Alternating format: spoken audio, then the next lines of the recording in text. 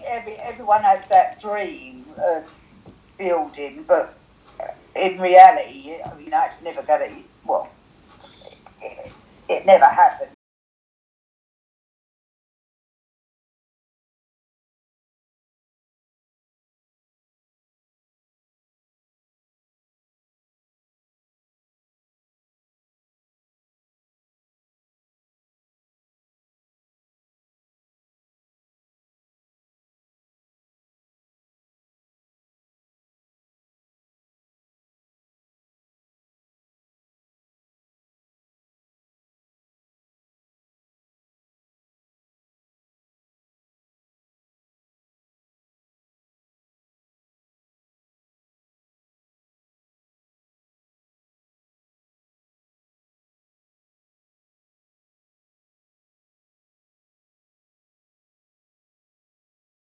We all lived along the Thames, east from London, in Essex, our whole lives.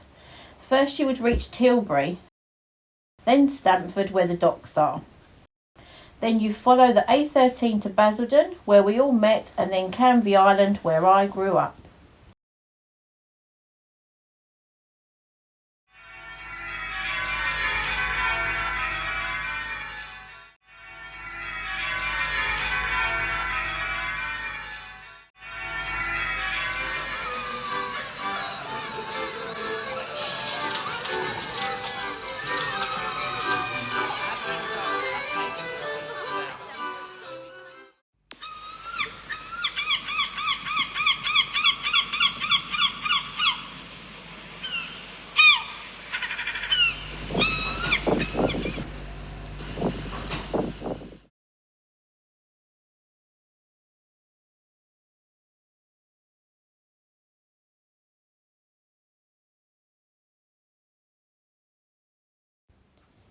I remember walking along the seafront with my dad, container ships passing by, the salty smell and the seagulls flying overhead.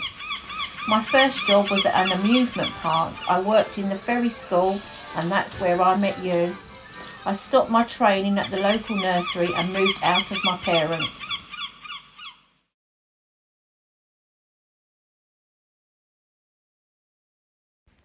I followed the map that led to you in our first house. We didn't move far, just a bit further down the river, where there were good train connections for you to get to work and lots of parks and things to do. We got a mortgage, bought our dream home, we did some DIY and made it our castle.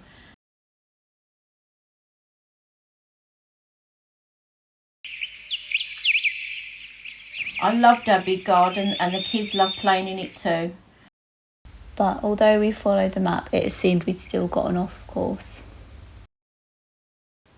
Seeing that you owned the house, me and the kids moved out. I tried to get some financial help, but it wasn't important to them that we were going to be homeless in a week.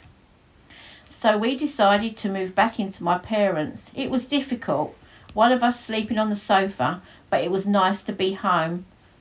Then I've got to go to the housing office, where they'll probably tell me I've illegally legal, and then legally illegally legaled, to get socially rented or subsidised private accommodation through the working tax credits.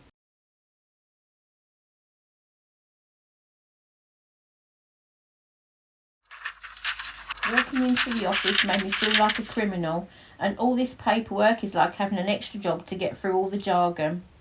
But I got through it all, and we finally moved up on the list and got a flat. But you can only go and see the outside and not the inside. It was a busy road, but there was big grass green, and I thought it would be great for the kids to play on. When we arrived, we realised there was lots of gangs. We didn't want to go outside. We made the inside our own, but all I could hear is, "You lazy bitch.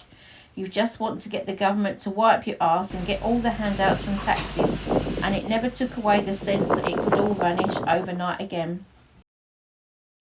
But I love that I can go to work, talk about it with the girls.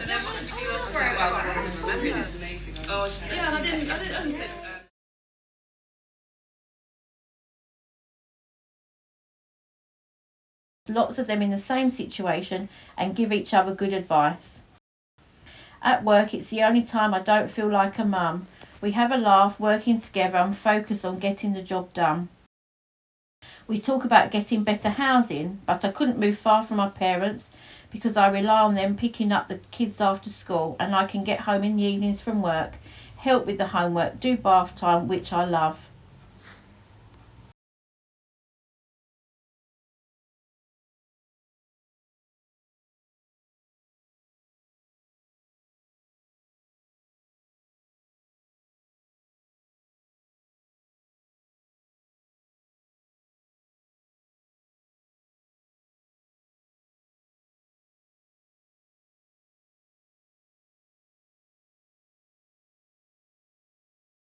It was difficult to move to full-time work, but Mum helped with childcare, and if I can save enough, we could start looking at private rented flats, which we could make our own.